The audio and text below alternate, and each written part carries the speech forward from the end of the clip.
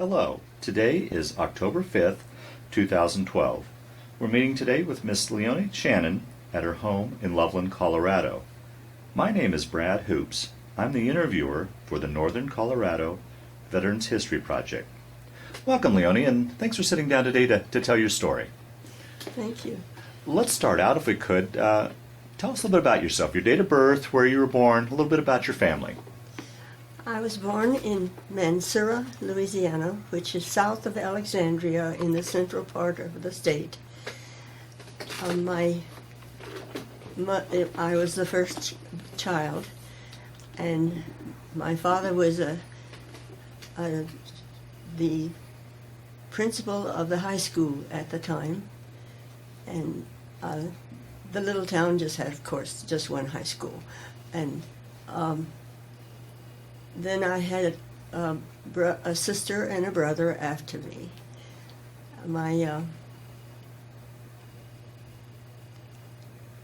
Oh dear, what else should I tell about them? So you were the oldest of three. I'm the oldest of three. And what's your date of birth? Oh, I was born November 6th, 1921. You got a birthday coming up next month, huh? Yes. Yeah.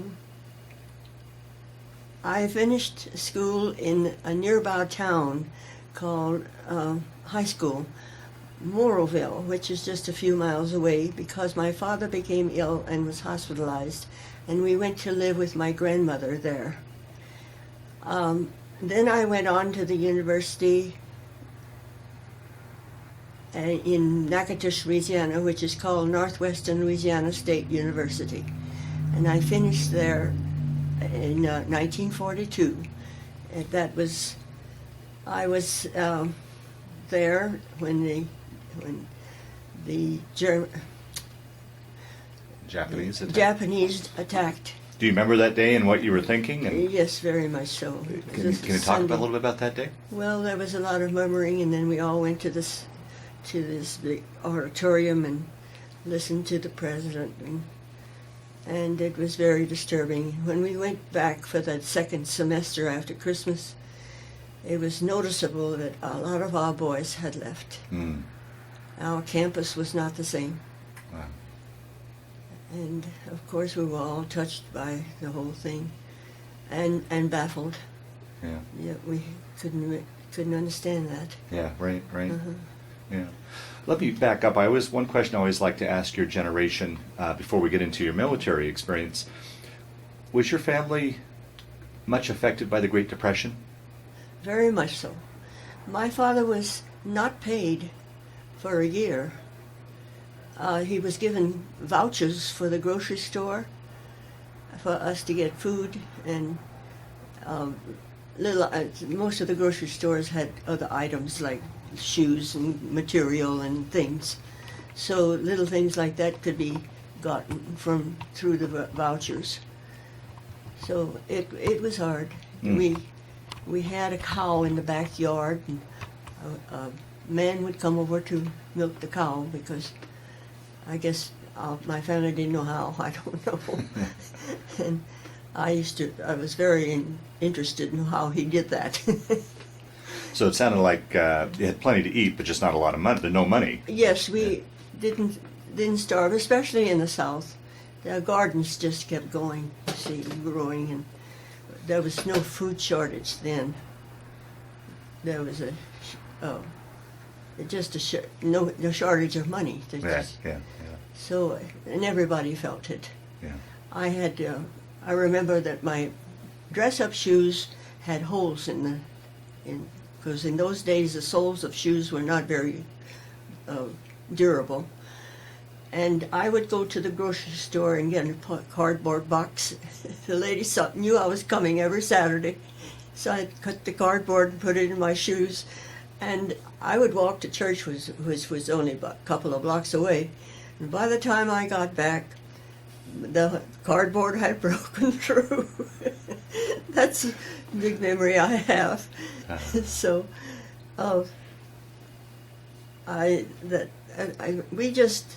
we felt the depression, but not nearly as bad as some states. Okay. When I think about it. Yeah. And I know what went on. My husband was in Colorado. He was born in Burlington, and they did struggle. They were hungry because the winters were bad. Yeah. So. Okay, well, we'll jump ahead back to our story. Sorry to interrupt you there, but so you're at the university. The war has broken out. What year were you in university when? I finished in 1942. I was there 4 years. Oh, okay. All right. So it was the tail end. It was okay. Your senior year when it. Yes. Okay. I finished high school at 6, not quite 17. Oh, okay. I was 16, and so. I don't know why I'm pointing that out. Yeah. Well. Oh, and what did you study at the university then? Oh, I was majoring in biology. And of course, I had, along with that, to become a teacher, along with that, I had to study math and French and other, but the major was biology. Okay. Yeah. So the war broke out in 41. You finished out and graduated in the spring of 42. What'd you do then after graduation? I got a teaching position in a town called Oakdale, Louisiana, which is in the central part of the state also. And I taught there 1 year. In the spring of that year, a recruiter came to the school and talked to the teachers. I was surprised the principal let him talk to us, but I suppose they had to, because teachers were short. There just weren't that many around. And he convinced 2 of us to join the WAC. Oh, wow. And so I joined the WAC, and at the end of my training, I was sent to a little training for an overseas trip. I didn't have any duties here in the States. And there were 40 of us chosen because each of us knew a foreign language. And I'm assuming down in your area it was French that you were? French, okay. Yes. I'm of French descent. Okay. And I should say my real name, yes, my maiden name was Moncla, Leonie Moncla, and which is awful. Especially here in this country. In France, it's probably very nice. But so Leonie Moncla went to the university, and then Miss Moncla taught in Oakdale High School. And in the spring, this recruiter came, and it sounded enticing because I was adventurous. Okay. And yeah. I was ready to do something, so I joined the WAC. And how was that transition going from civilian life into military life? Was it much of a transition for you? I thought it was wonderful. I liked the what am I trying to say? I liked how it was, the regiment, the regiment, yeah. The way of life. We knew when we were doing what. And I was very much for it. So. Well, now where did you go off then? Once you got recruited, where did you go off for your training? Where were you sent to initially?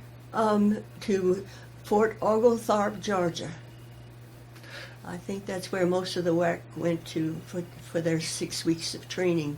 And how was that transition? Once again, I imagine, like many of your generation growing up and what have you, you really didn't travel too far away from home. No. Now you're clear on the East Coast.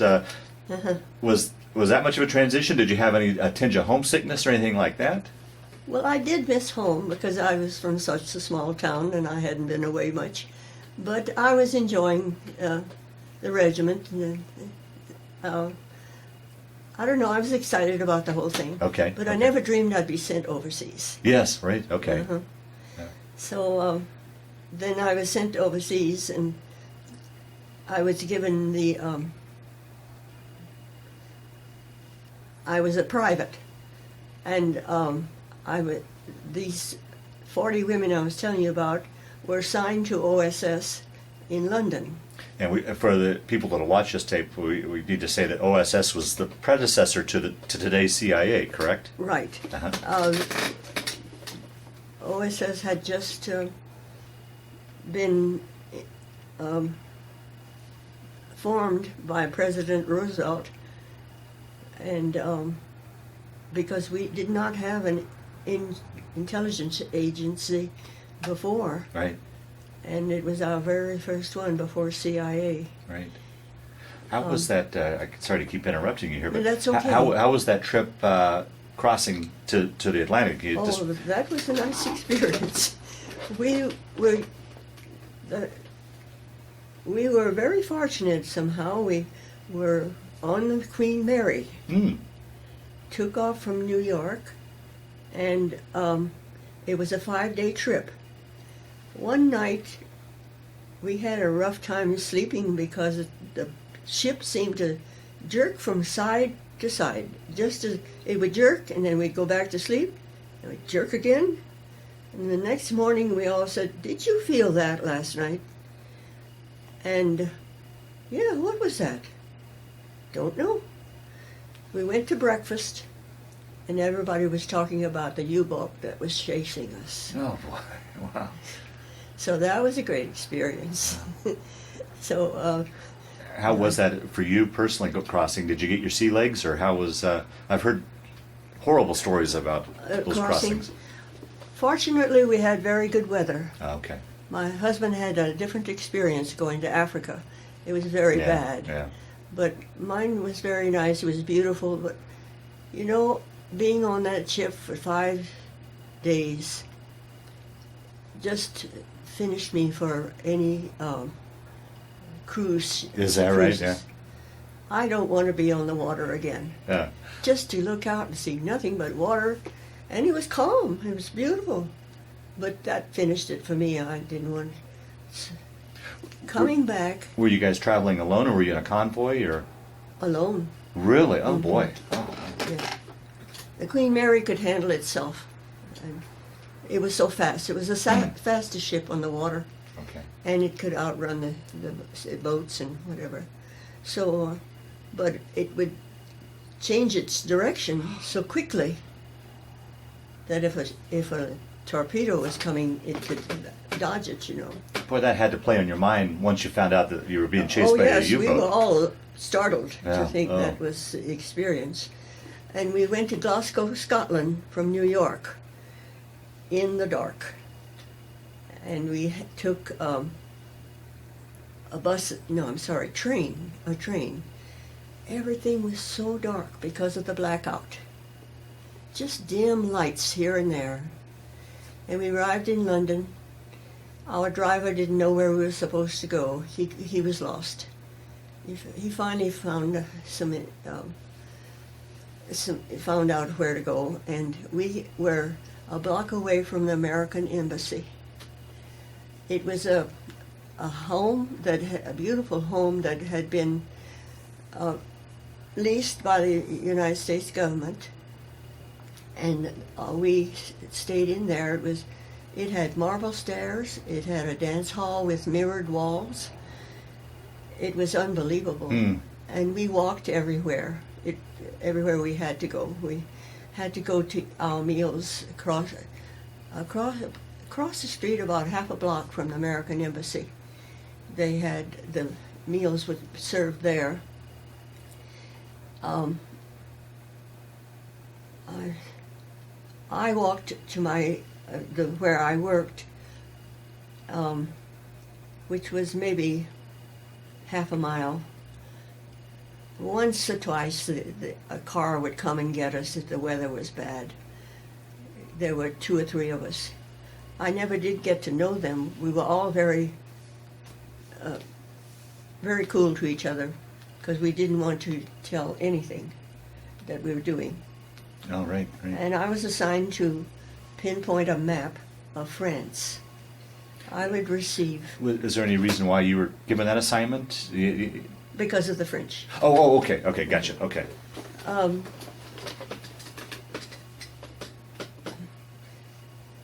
Every day I would go to work. The code room would present me with decoded messages, and it told me where the supplies were dropped, where the agents were dropped, and what there was, whether it was successful or not. And so many of our boys were shot in midair, Oh, or boy. just as they landed. Mm. I'll never forget one young man who came. He was so young, must have been right just out of college. And he was looking the map over. He never said a thing, but I was so impressed by him. He was so young, and he was shot in midair before he landed. Oh, that had to be So tough. I think of him quite often. Is that right? Yes, I do. It's strange. This stays with me. Mm. One day I was walking on the street back from lunch to the office, and the sirens went off. And The bombing sirens? the bombing sirens. Oh, boy. Sirens. I was midway to the office, and there were many people on the street walking. There weren't many people who had cars then. It was all public transportation. And we had heard these little V1s. You see, it was a V1. The V1 was the first little bomber that came over. It was, maybe 4 or 5 feet long, and it had wings attached to it. And it had a device that would time it to drop right in London. So I looked up and I thought, that's what that thing looks like. And when I looked down, I was the only one on the street. The others had dodged into the doorways of the buildings. And I thought, I'm sure they think I'm the silliest person around. But I saw that bomb. Were you scared? I mean, at that point, were you scared, or were you just... Well, I had become quite a Londoner. They didn't bother me anymore. The first time we had a raid, we were in our shelter in our home, and I shivered as though I was going to be out of my skin any moment. I was so scared. I became a British citizen. That's old thing. Really? Yes. Huh. So if it happens to me, it happens to me. Wow. Now, it was the V1, the one that, as long as you could hear it, you were okay, but once it shut off, is that the one that... That's a V2. The V2, okay. No, the V2 you couldn't hear. Oh. I'm sorry. The V1 is the one you could hear. That's the one I was looking at. The V2 I never saw. No one would, unless you were really looking at the sky. Yeah. And it was very large, and it was very destructive. And it was the one that was still coming over when D-Day occurred. We went at the Smithsonian a few years ago, my husband and I, and we saw the bombs. And I thought, well, that's great. They retrieved one of those V2s before they exploded all of them. And it's a big thing. Wow. And that's the one that is silent until the clock turns it off. And very bad. But we were fortunate there was nothing that happened in our immediate area. Yeah, talk a little bit about what you were seing, what London looked like as far as it pretty bombed out, or explain some of the scenery. Well, I understand the building we went to had all the windows blown out. We were next door to the Greek embassy too. They had the big dwelling next to ours. And one day I came back from work about 5 o'clock, and there were so many people in front of our place just chatting away, and I went up to them and I said, "What's going on?" "A king and queen are here at the Greek embassy." Wow. So I thought, I'm going to stay here and see if I can see them too. And sure enough, not long after, they came out, and she was very gracious, as the Queen Mother is, or was. But he was very shy. He didn't respond to the crowd at all. But I did get to see them. Wow. Boy, it's amazing. Here's this small-town Louisiana girl Yes. in London seeing the Queen. It must have been Right. exciting. Yes, that was. I had many great experiences considering where I was born. Mm-hmm. Yeah. And you never know about life, do you? Yeah. Wow. I want to go back to something, and I've forgotten what. Well, we were talking about what London looked like. Oh, some parts of London, especially the East End, was badly battered because the East End was closer, and the bombs could go just that far, and that was the poorer section unfortunately, the poorer section of London. And we did take a bus, and to look around. It was awful the way they could destroy a building or buildings, and just leave nothing, just nothing but debris. But it was, and the blackout was something we really had a little trouble getting used to. Everything was very, very dim, and if you had anything that showed, there was a warden or who came around and said, "Your light is showing." Even a little crack in the drapes, Wow. So I never had that experience, but I understand that's what happens. Yeah. So now, when you were there, did you also get bomber attacks, or was it just purely rocket attacks at that time? Oh, when we first arrived, there were bombers, yes, and we were daring. We went up to our flat roof to see a Spitfire, two Spitfires fighting. Dogfight? A dogfight. And we watched it Wow. like nuts. We watched this. It seemed like it was over Loveland, just that distance. And it was dark, of course, and we could see the fires. And one of them went down. We never knew which one. Wow. So I'm not proud of seeing all those things, but I did see them. You're reviewing history, though, really. I was young enough to want to do that. So, Yeah. and several of us were. There were about 5 of us who said, "Let's go up and see what's going on." Yeah. Wow. At one point, we had an ACAC gun in our alley. You know the gun that's on wheels? Please explain, yeah.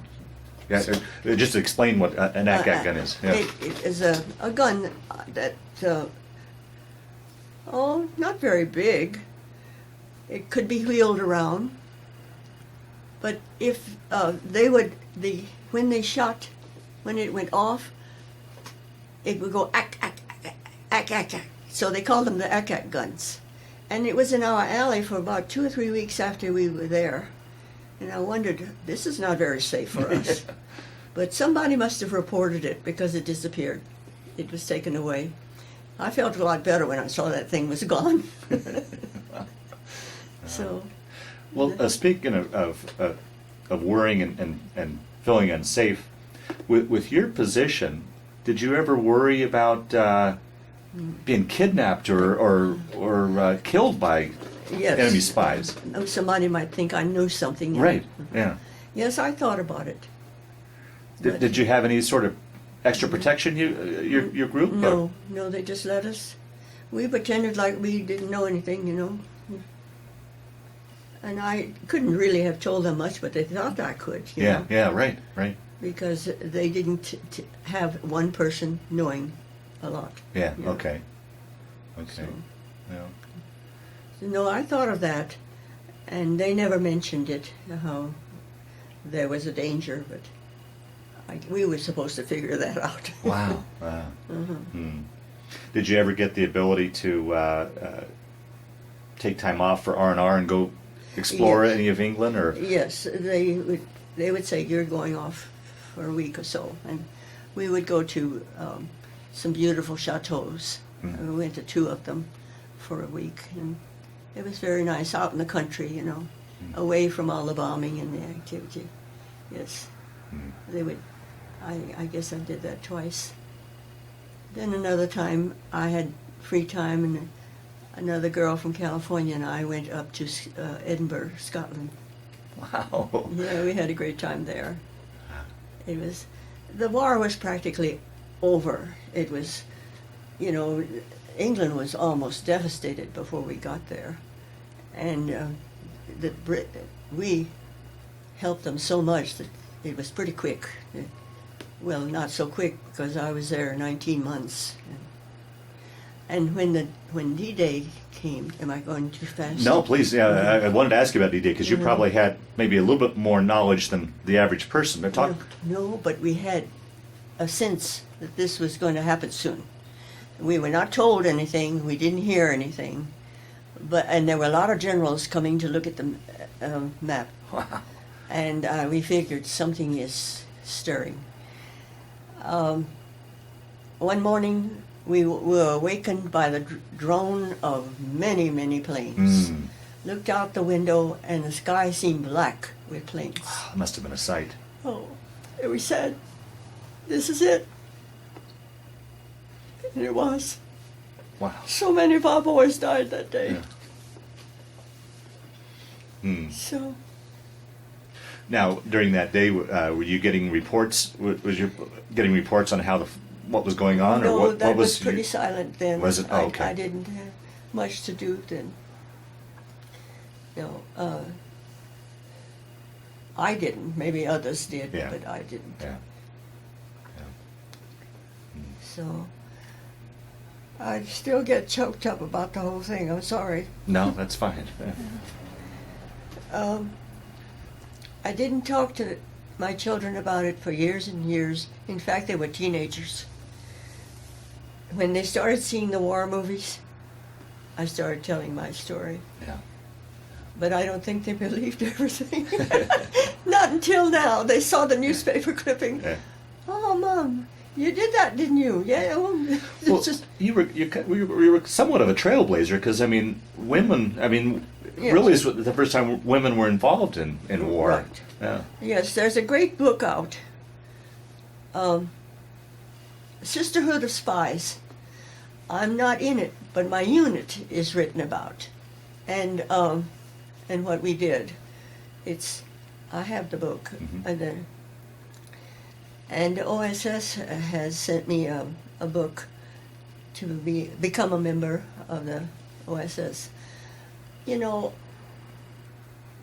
I don't know if I have the courage to get involved with that or not. Is that right? When you get to be so old, and I found out that people are really interested, and that's very nice of them. But there were tourists on the trail, on that flight, on a flight, that would come up to me, take my picture, hold my hand, thank me so much, and would even cry. I thought, I didn't realize I was important, you know. And I told it so often. I told my guardian that had I known I was going to have to repeat it so often, I would have made copies. So that I don't know what else to mention. Yeah. Well, now during your job, did you feel a lot of pressure in your job? In the day-to-day workings? Well, in a way, yes, I was. But I was happy I was in the job that I had because I didn't have something like the agents did. Yeah. My mother thought she knew something was very mysterious about what I was doing. Is this okay? Yeah, let's talk a little bit about that because you obviously couldn't tell her. No, I couldn't. Yeah. But she knew I was in London. And somehow she felt that I was doing something that was with intelligence. She just felt it. And she thought I was going to become an agent. Oh, boy. And she was pretty sick about the whole Oh, thing all the way through. And I wrote to her as often as possible so that she'd know I was okay. And I imagine your letters were probably censored. Oh, yes. Yeah, Oh, yes. Yeah. Yeah. So Very she was much. pretty much in the dark until. Yeah, she really was. Now, once you got out of the service, were you bound by any rules that you couldn't talk about it, or were you able to talk about things once the war was over? We had a little booklet telling how to. I still have it. How to adjust to this life. So, but it was not very. No, they weren't going to get us jailed or anything. Yeah. But And let's talk a little bit about communications back home. I mean, in today's age, we've got computers and cell phones and stuff. Your only option was letters. Letters, yeah. And how long would it take to get generally a letter back and forth? I have forgotten, but Yeah. it was a long time. Yeah, Maybe yeah. a week. Yeah. But it was very good. My husband to be was in Africa. And let's tell that story. I met him at a dance. There was a base near where I taught, and then not too far from where I was born. Oh, so now you met before you two met before you went I was overseas. a teacher when I met him. Okay. And the commandant of the base invited my uncle was mayor of the town. He was my mother's brother. And he invited the young ladies of the town to go to the dance on Friday nights. And my sister and I heard this conversation. Oh, we want to go. My mother says, not without me. He said, I'm going to chaperone. So, and it was suggested that there would be chaperones, the commandant. So we went and had a great time, nice fun. We weren't allowed to leave the hall. And not that I wanted to, but I thought that was nice. Yeah. And my mother was busy talking to all the boys that go talk to her. One in particular made her feel that he was really special, and that was my husband. One night she said, I wish you'd come at intermission and talk to this young man. He is such a nice young man. And I thought, So I went, and I met him, and I thought, well, that's nice. He's a nice fellow. He said he couldn't dance. Oh, you probably read that. I read that in the article. And so I said, that's okay. So we got up and danced, and he stepped all over my feet. And I thought, well, that's all right. You can't dance. You're nice. Then another thing that, I didn't like his name. He was Leo Shannon. And I didn't like Leo. That was too close to Leonie. Okay. And boy. So he had two strikes going against him. Yeah, he had 2 strikes going against him. Well, we said, after that first year of teaching, I joined the WAC. Excuse me. And he went to Africa and finally to Italy. In the meantime, he had his father send a diamond to me in London. And so my diamond ring came to me. So how did he propose? I mean, we were writing letters. Wow. And I thought, well, he's so nice. We are of the same faith. And he seemed like such a clean, upstanding fellow. He didn't drink. He was very, very nice fellow. Maybe a little bit too nice, according to some people. He's too much of a prude. But I'll never forget. We were going to have a couple over for evening meal, and I said something. Being of French descent, we had wine sometimes, and I said I'd have to get some wine, and he says, "Why?" I said, "Well, we usually have wine with dinner. We're not going to have wine ever in this house." And I thought, Oh. So that was that, and I never had wine in the house. Oh, is that right? We were married 55 years. Well, that must that was probably another added pressure to you. I mean, with your job in London and worrying about how he was doing. Oh, and, yes. and once again, he probably couldn't tell you where he was or what he was doing, and No. letters censored and Yes. gaps between letters. It must have been He a was very bombed on, especially in Africa. His tent, when he went for shelter, came back, there was a bomb through his tent. That was in Africa.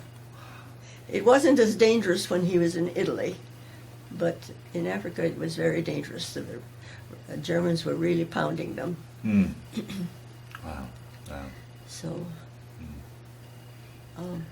I didn't tell you about when General Donovan came over to London to inspect OSS. And he was the head of the OSS. As he was the head of OSS. There's a picture of him there. And he was to give us medals or ribbons for our service in the European theater. So we were standing at attention and doing our best in front of this handsome general.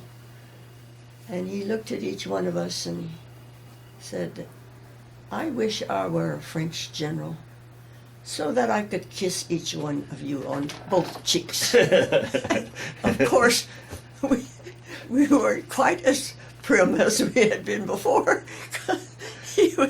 I understand he was quite a rascal. Is that right? Oh. So he got us to release, to droop after we were standing there. Anyway, that was a nice, memorable occasion. Now, how were you set up? Were you a WAC that was assigned to Yes. OSS, or were you permanently? That's what the chapter in the book is. Okay. The OSS contingent or An attachment? or- attachment. Okay. Like attachment, and eventually there were more. I think we ended up having 60, but I was in that first group.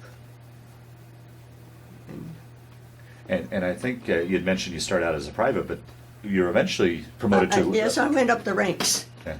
Finally, I was sent back to CS and became a lieutenant. Lieutenant. Yeah.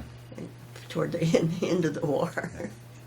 But So now once we landed at D-Day and eventually worked our way through France, I got to assume that your job probably changed then, or what were your yes. duties then at that point? Some of the girls went to France to work there because they had different.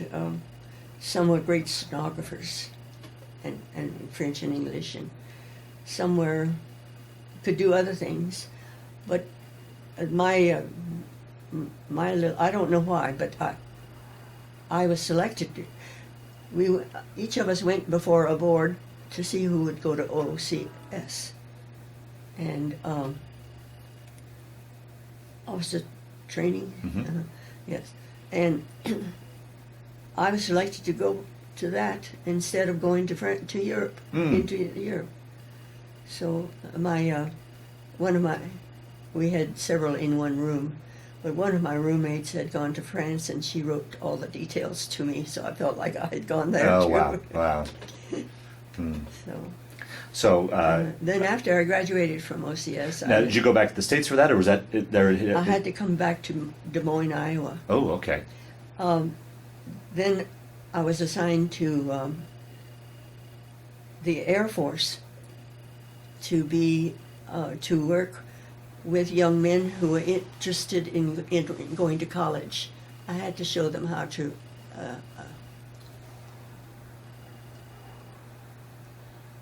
when you apply. Okay. 91 years old,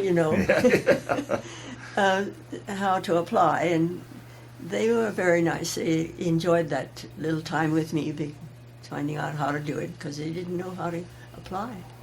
And that's what my duty was for about 4 months. And then they were releasing soldiers at that time. So the war had ended at that The point? war was, you see, I was over there for D-Day. Mm-hmm. But after the invasion, I was sent here. Okay. And you were home when VE Day was announced? When the war in yes, Europe ended? yes, Yeah. And what was that? Was there a celebration of any sorts, or what was that day like? Well, not quite as excited as D-Day. Yeah. Oh, yeah. But we were happy. Yes, that was great. That was great. And where was your assignment when you were dealing with the college, helping the people with college? Where were you? That was in Fort Maxwell Air Base in Georgia, I think it is. Okay. Yeah. So then I was, what do you call it when you leave? Oh, I'm half your age, and I'm drawing a blank. Well, released. Really, yeah. Anyway, and I was glad about that because I wanted to plan my wedding. And I couldn't do that very well when I was still in the service. My mother was doing some, but so. And where was Leo at this point? Was he still in Italy, or had? Leo had returned. Oh, he did. Oh, good. He returned shortly after the D-Day. He was in Italy, and he had returned to Colorado, and so So he I take was- it you were in Georgia, or were you at that point? You were back to Louisiana. You got out of the service and you were back to Louisiana when you. No, when I got out of service, I was in Georgia. When I got out of Georgia, sorry, when I got out of the service, Uh-huh. I was in Louisiana with my mother. Okay. Uh-huh. And then planning the wedding, and Leo came down to Right. Louisiana for the wedding. He and his family came down. Oh, wow. Wow. Yes. Yeah, we had a big wedding. So. I came from a very small town, 1,000 people. Yeah. And everybody was invited. Oh, wow. So we had quite a crowd. Wow. Wow. And luckily, out in the South, you have big trees and pleasant weather most of the time. So they were all over the house and all over the yard for the reception. You remember the initial reunion once, you and Leo had been separated, and you finally Came together. came together. Do you remember? Was that for the wedding, or had you seen him prior to? Oh, yes, I had seen him. Oh. He of course, as soon Yeah, as I came to the... That must have been a nice reunion. That you Yes, both it made was. it through and Right. back together again. Wow. Yes. Wow. It was wonderful that he wasn't injured, Wow. because he was in danger. Yeah. I guess I was too, but... Absolutely. Yeah. Mhm. Yeah. but, So you guys got married, and then any sort of honeymoon, or did you go?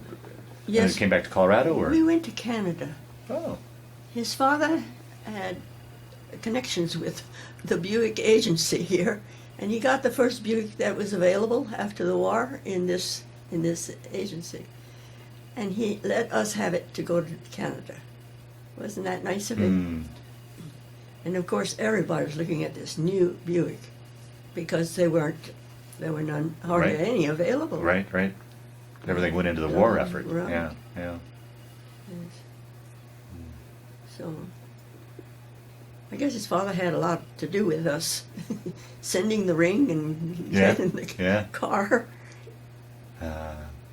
And then after that, you obviously came and settled in Colorado, or? Yes, he and his brother and had Derby Hill Market. Oh, just right down the road here. Okay. That's why we were on the hill, Okay. because we owned the hill. Oh, okay. And then they platted it out. He was in the in that business, and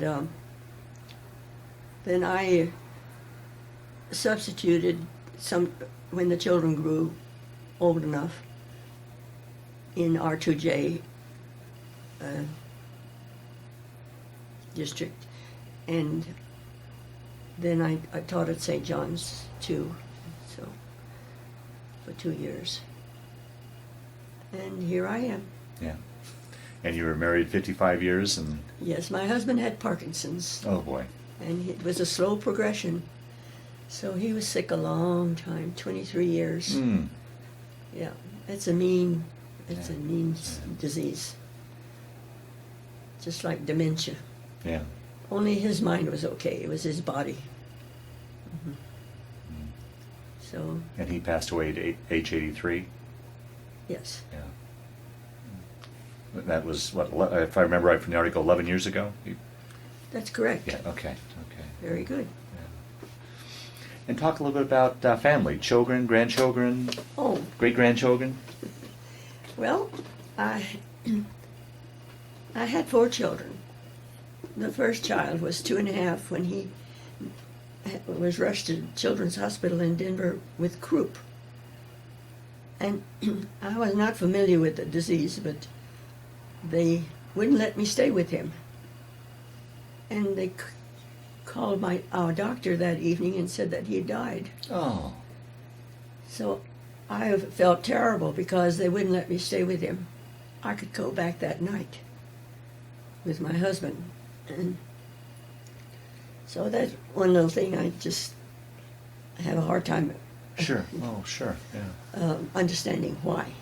And then we had a daughter. We have a daughter, Yvonne Marie, and she's.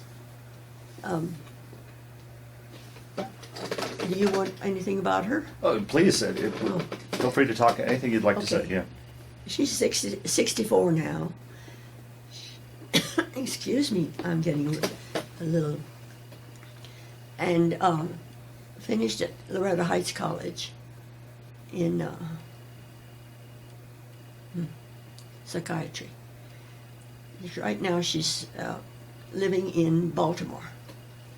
And she likes the East Coast very much. So she never married, but she was with my cousin who's an ophthalmologist, a retired ophthalmologist. And she felt at home having a relative there. Mm-hmm. She loves sailing, so that's the place for her. And then our next child was Richard Leo, and he finished at UNC and in business, and he's been in business for some time. He lives between Loveland and Fort Collins, but his address is Fort Collins. He and his wife had 2 girls.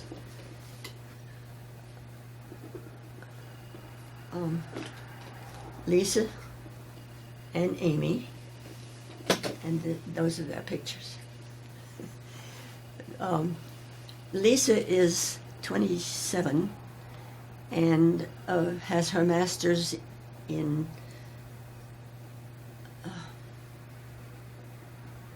social work. She's working in Phoenix right now, and she's engaged with no date set. And Amy is 25, and she has her bachelor's degree. Both of them went to Colorado University, Denver.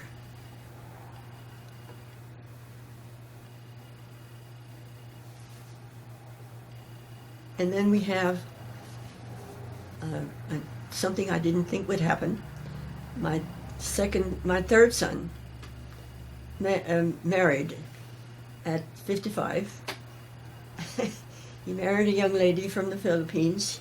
He is an inventor, and he has sold a few things and been going back to China before there was a big fuss about giving everything to China.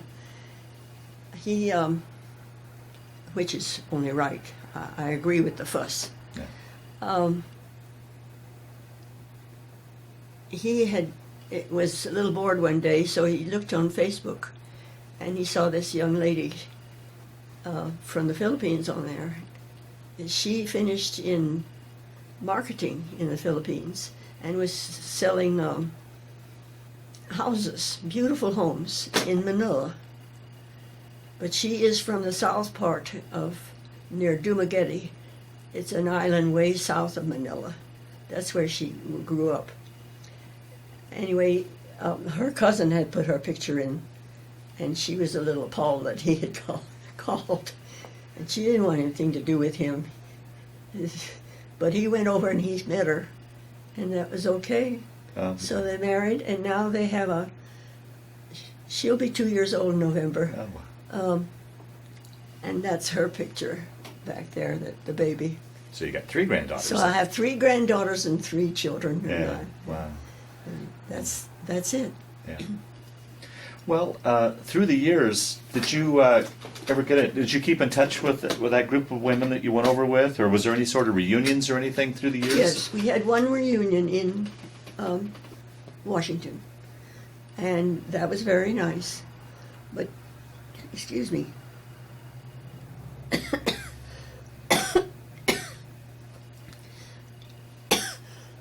I'm getting a little dry.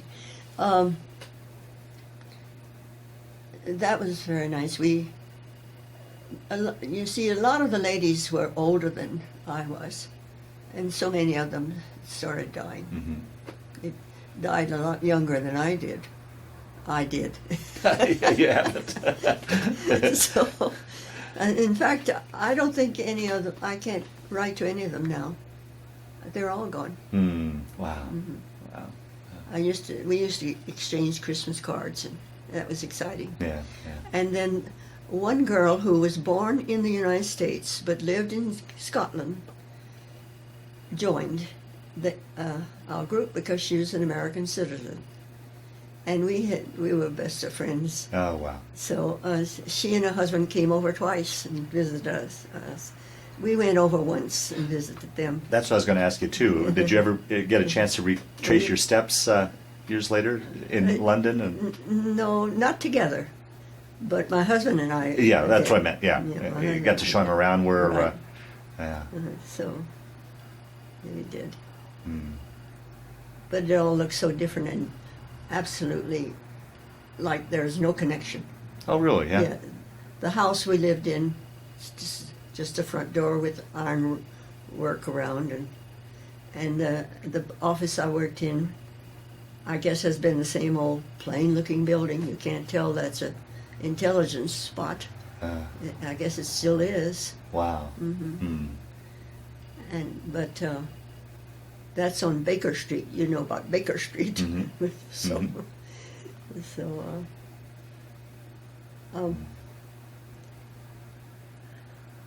What was I going to say? Oh, the little baby's name is Serena. You got the other girls' names, but you didn't get. Oh, okay. Oh, good. Very good. So if she ever sees this, she'll say, well, why wasn't I named? Yeah, right. Yeah.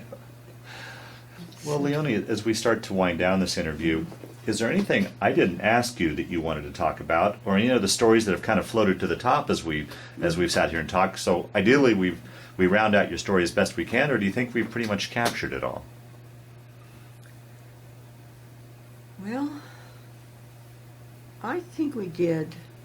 There is so much, you know. Oh, absolutely. Yeah.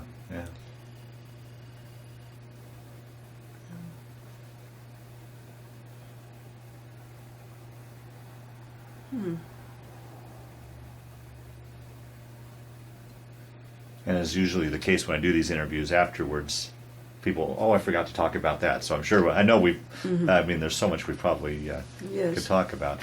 Yeah. Well, there's been so much this old mind has taken in through the Oh, years. absolutely. Sure. Yeah. So I think I covered the main things.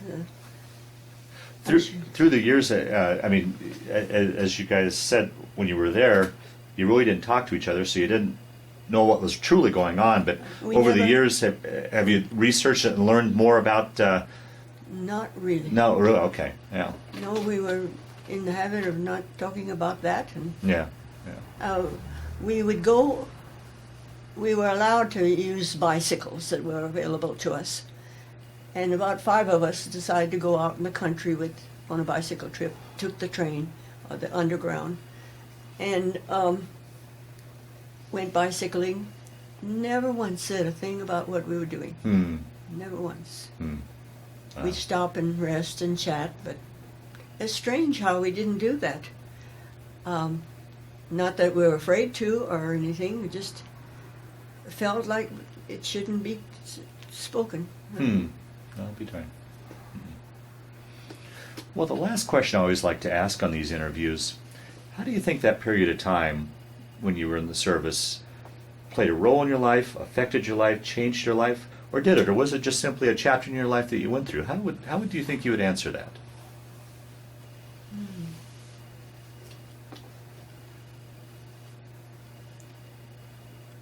Well, I think when I think back as a young mother with the little children, I was in a daze. I don't think, no, we didn't realize it, but I probably needed help. Oh, really? Yeah. And I was,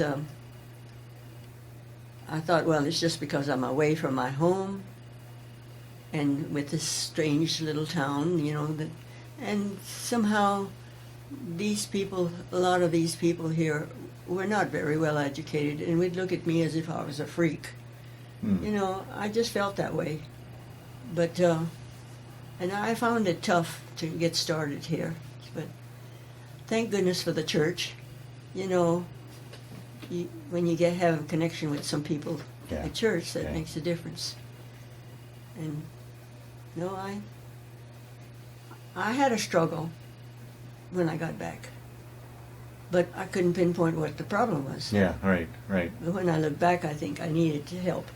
Do you think, you know, and today we talk about the post-traumatic stress. Do you think that you were experiencing that? Yeah, I think that was really? it. Oh, be darned. Yeah. Well, I think anyone who goes through it, that sort of thing is going to have some kind of stress. Sure, yeah. It's,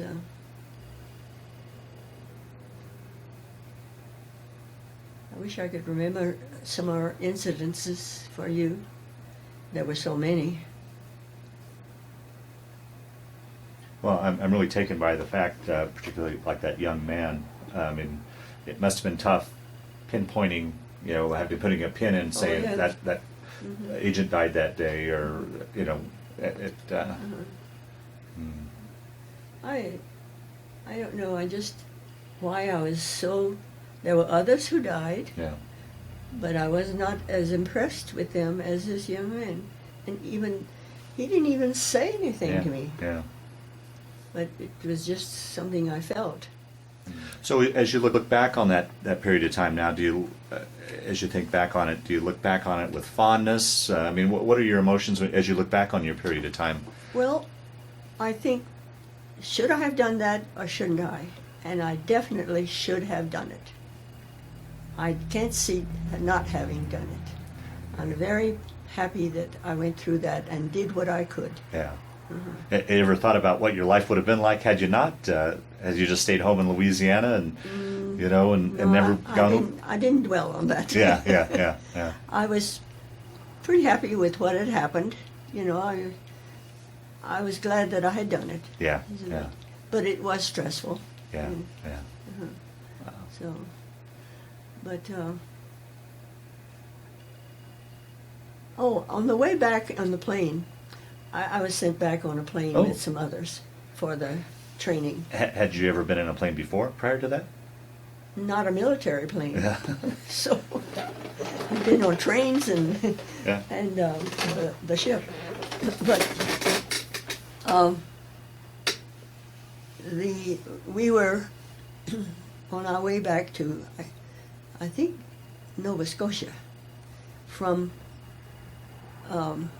Scotland. And it was a propeller plane with two engines on each wing, each side. And there was a man who was sitting next to me as we were flying along, and it wasn't quite dark yet. And he said, "Do you think that engine over there is smoking?" And I looked at him. I said, "It surely does look like it's smoking." So he told someone right away, and they feathered the plane. The engine, you know how they turn the, and we went to Iceland instead because it was a little closer, and we had our first taste of fresh milk.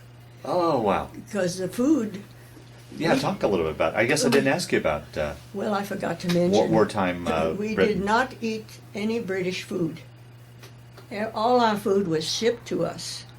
It was powdered milk and powdered eggs and whatever, you know, because the British had a hard time Feed with themselves. having enough food. So we had this fresh milk in Iceland. It was so wonderful. It's the best thing I've tasted ever. And so anyway, they fixed the engine for us, and we proceeded back to New York, and where we landed. And when I told my mother this story, she says, "I think you'd better start staying on the ground." I told her about the ship, and then she said, "Don't fly anymore, or don't do anything else." But she could have had no control over her adventurous daughter. And then I had a sister who was such a clinger. She didn't want to get away from Mama, not at all. So she has two extremes. Yeah. And what about your younger brother? Was he old enough to serve? Did he serve as well, or was? No, not in World War II, but No. he did in the Korea? Korean conflict. He was a pilot of an F-89 jet plane, and it was he was stationed in Sault Ste. Marie, Wisconsin, is it? And it was his turn to go up and find out what this object was in the sky, because they would not respond to the demands. And as the scope went around what is this? The radar? The radar. The two merged, and it went around, and when they came back, there was nothing. And they have never found a thing. Wow. They have a few TV shows about it, but they don't talk much about it. The last I heard, that they found some. It was over Lake Superior, and it's very deep. They found some objects down there, but that's all we were told. Oh, oh boy. So my mother had quite a time. Yeah, I'll bet. Uh-huh. Oh. So we all had quite a time. Yeah. I have some pictures for you if you Yeah, want. what we'll do is we'll wind down this interview. I want to thank you for sitting down to tell your story today, but just as important, I want to thank you for your service to our country. Oh, you're welcome.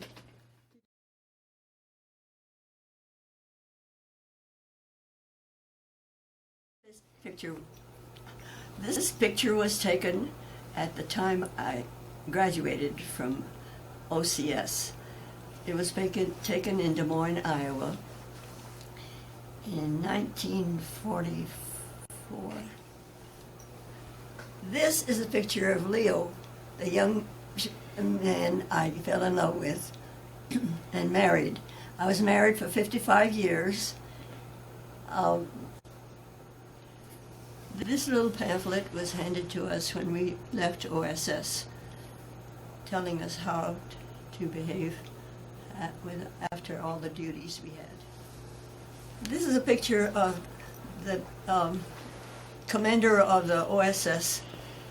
He was assigned this position by President Roosevelt when the first intelligence agency was formed in World War II. He came to London to inspect the OSS, and he happened to give us our service ribbons for the European theater. We were all standing at attention, very, very proud of everything, and trying to be as military as possible. And he looked at each one of us and said, "I wish I were a French general so that I could kiss each of you on both cheeks." Of course, we lost our composure. He was considered a rascal. Wild Bill was his nickname, and he was very much a likable gentleman. That's it. And this is a copy of the journal, the Society yes. Journal. You've been asked to join this, correct? Yes, I've been asked to join it. Uh-huh. This is a copy of the journal that OSS, which is Office of Strategic Services Society, has asked me to join. I just received it recently. And like you said, you're not sure if you want to join or not, or you have reservations about joining? Well, I'm so old now, I didn't know whether I wanted to be joining a group yet anymore. I don't feel very active anymore. Okay. This is a very interesting book about OSS. The women in OSS all over the world. There were groups in the Pacific and in the Atlantic theaters. There were people that we never dreamed were in OSS, such as Julia Child and Marlene Dietrich. I was sent to London, and my name is not mentioned in this book, but there is a chapter about my group called the OSS Station. It's very nicely written, and if you have a chance to read it, I think you'll learn more about OSS. This is my brother, my only brother, who was in the Korean conflict, stationed at Sault Ste. Marie, Michigan. He was a pilot of an F-89 jet. The jets were watching the sky, and when an unidentified object refused to respond, it was his turn to go up with his navigator. And on the radar screen, the two blips were shown emerging, and when the scope went around again, there was nothing. And they have never found anything of either plane or the object or whatever to this day. He was married and had 2 little children, 26 years old.